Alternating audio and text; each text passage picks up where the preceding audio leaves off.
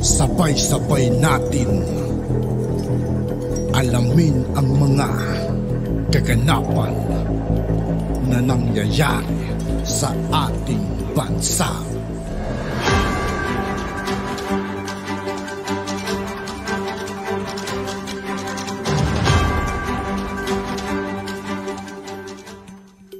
Yo, what's up mga kaibigan? This is I2K po again.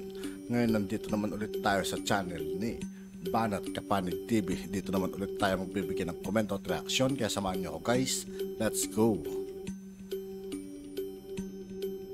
Ang pangalan ng Pangulong Marcos kung ginagawa lamang ng PIDEA yung kanyang mandato. Kung ito nagpatawag kagad ng investigasyon, halika, ano yung sinasabi mo? Halika, dito tayo, umupo tayo, titipahin ko yan.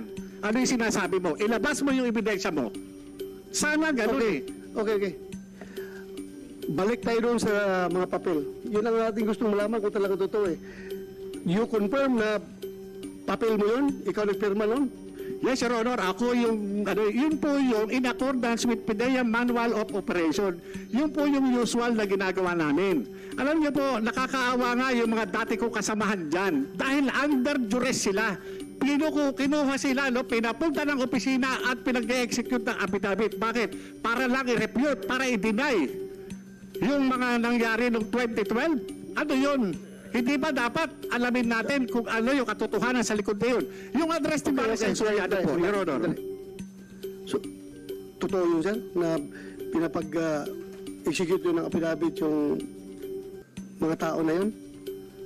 Hindi po totoo, Your Honor. Ang nangyari po, nung sumulat po siya sa akin, ay siyempre, bago namin umpisan yung investigasyon, mag-uumpisa kami dun sa sulat niya. Yung mga kasamahan niya, noon, na andyan pa ngayon sa PIDEA, ay nagsabi sila na walang ganun nangyayari, na meron siyang informante na in-interview, ginawan ng sworn statement. Kaya po sila nag-execute ng affidavit at nandito po sila ngayon. Pwede niyong tanungin. Hindi po namin sila finersa. Pwede pa upuin natin dito. Sino yun? Sino mo ngayon? Sinong upuin natin? Kasama po namin, Your Honor. Please, patawag natin. Sergeant Adams. And by the way, Your Honor, if I may add, yung sinasabi po niya na hindi siya dismissed from the PNP, meron kaming copy of the orders coming from the Philippine National Police kasi nag-conduct kami ng background check sa kanya and he was really dismissed.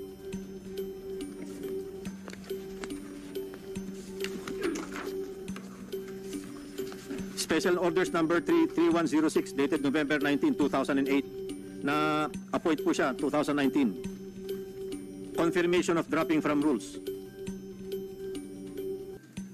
Paragraph number 4. Dropping from the rules effective August 28, 2008 of PO1 Jonathan A. Morales, 00-8519 PNP, SPD, Southern Police District, as published in SO number 808346 HSPD dated October 24, 2008 is hereby confirmed. So talagang niloko po niya yung PDS na finilapan niya na isinabmit sa PIDEA asking for appointment. Kasi kung nalaman po sana yun, hindi po siya i-accept sa PIDEA. Ako po ay, tama po yung sinabi nyo, wala pa ako sa PIDEA noon nangyari itong mga to. But we are basing on records. May mga papeles po kami na hawak. How can he deny? So ito po yes, you may answer. Your Honor, yung pinakikita niya, ulang-una, ngayon ko lang nalaman doon sa sinasabi ni Director General Lasso. Ang tanong ko lang, Your Honor, Mr. Chairman, ito bang dokumento na ito ay formally served sa akin? Meron ho ba siyang ebidensya na magpapatunay na yung sinasabi niyang dismissal order ay pinareceive sa akin? Notified ho ba ako? Para sabihin na ito ay pinasisinungalingan ko o nagsinungaling ako. Dapat yan, natanggap ko yan para alam ko. Sandali. Hindi mo natanggap yung dismissal order? Wala po ako natatanggap. Kaya nga po... Hindi mo alam na na-dismiss ka? Hindi ko po alam. Kasi nga, ang may problema po dyan is dun sa recruitment ng PIDEA. Dahil nga, ako po, nag-comply ako dun sa hinihingi ng PIDEA eh. Naghingi po ako eh. Hindi ko, ngayon ko nga lang po nalalaman yan eh. Hindi kaya... I'm trying to be objective here. Kung ikaw PO1, nalabasan ka ng order na dismiss. Hindi mo alam yun. No, Your Honor, hindi ko po alam. Kasi kung alam ko man yan, na-receive ko po yan. Sorry. As I've said, I'm trying to be objective here, pero parang very irregular na hindi mo alam na dismiss ka na pala sa serbisyo. Ako forgive me if this comes offensive to you. But pero sa akin, P1 ka, may lumabas sa order na dismiss ka, hindi mo alam, tumatanggap ka pa ng sweldo nun after nung lumabas yung order. Kung hindi mo alam ang order, nalaman mo ba na may sweldo ka pa na dumarating? Yes, sir, wala akong, Your Honor, nung nag-apply ako sa PIDEA at pinag-comply naman nila ako dun sa mga requirements, nakapaghingi pa ako ng mga clearance Nakapag-clearance pa po ako. Hindi ako makaka-transfer kung walang clearance na binibigay sa akin ang PNP. Okay, nag-clearance po ako. Kaya nagtataka ako doon sa pinakikita ni alam mo, Director General Lasso. Itong hearing natin na ito is very important. Very important ito. Kaya nag-present din sila ng kanilang facts about you or maybe against you dahil nga gusto lang nila to set the record straight. No problem with that. Pinapakinggan ng committee na ito. Pero ang ating talagang pinaka-main objective dito is malaman kung totoo yung dalawang papel na nag-circulate. So sabi nila hindi totoo, sabi mo totoo. Kino-confirm mo na totoo yung papel na yun. Totoo po. At kung ito ay totoo, may sinabi ang PIDEA, sir, this is not in your formis, sabi mo, sa... Yes, Your Honor. Certification. Sir, yung formis po is a record of all the plans and operations that we conduct. Ito po ay hinahawakan. It is called the PIDEA Operational Reports and Monitoring Information System. So, kailan ito nag-start, itong system na ito? Anong year? 2014. So yung kaso mo, yung Your Honor, 2012, wala pa pong ganyan noon. Formis, wala pa yan noon. Opo, hindi yung sinasabi lang formis, yung wala na ho ako dun Yung kung na yan, kagaya niyan. Your Honor. Yes, sir. Right. Totoo, wala pong formis pa noong 2012. Kaya lang, meron po kaming data monitoring system of the National Operations Center. Dala po namin yung mga binders namin ngayon to prove to you that there is no such entries na sinasabi po niya. Kasama po namin. And by the way, sir, nandito na po yung apat na tumestigo or nag-execute ng affidavit that wala pong nangyaring ganun sa opisina nila nung panahon na yun. Sino yung apat? Take your seat.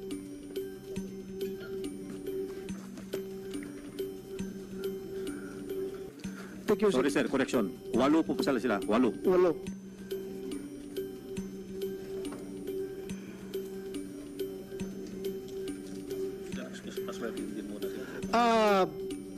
Yung mga bagong kuwan, yung 8, please take out kayo.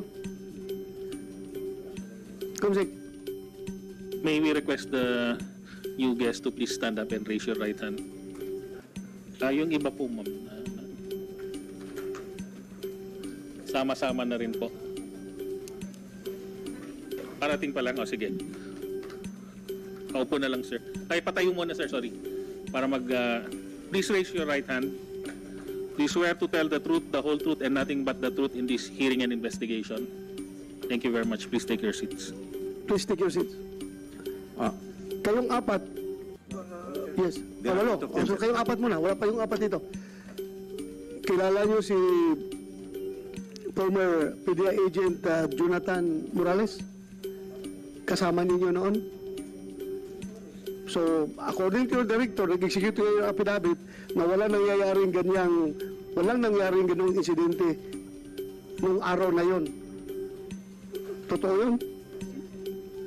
Jonathan Morales, kilala mo itong apat na PIDEA agents? Your Honor, ako po naiintindihan ko po yung kanilang pinanggagalingan at yung kanilang sitwasyon ngayon. Kasi kung sila magsasabi ng totoo, Kapalit po yun ng kanilang karir at serbisyo, pagkain po sa kanilang mesa.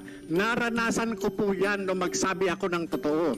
Ito pong hawak ko na pinagsamang sinumpaang reklamo na inadminister mismo ni Director Hil Pabilona na isang abogado. Kaharap niya yung dalawa pang ahenteng kasama ko, inirereklamo namin yung irregularidad dati sa PIDEA. Pero ano nangyari noong panahon niya? Binaliwala nila ito. Itong At yun nga po mga kaibigan, dito po nagtatapos ang ating reaction video. Muli ako po si I2K ng Sundalo ng Dunggalo. Maraming salamat sa patuloy na pagsuporta. Yeah, peace out.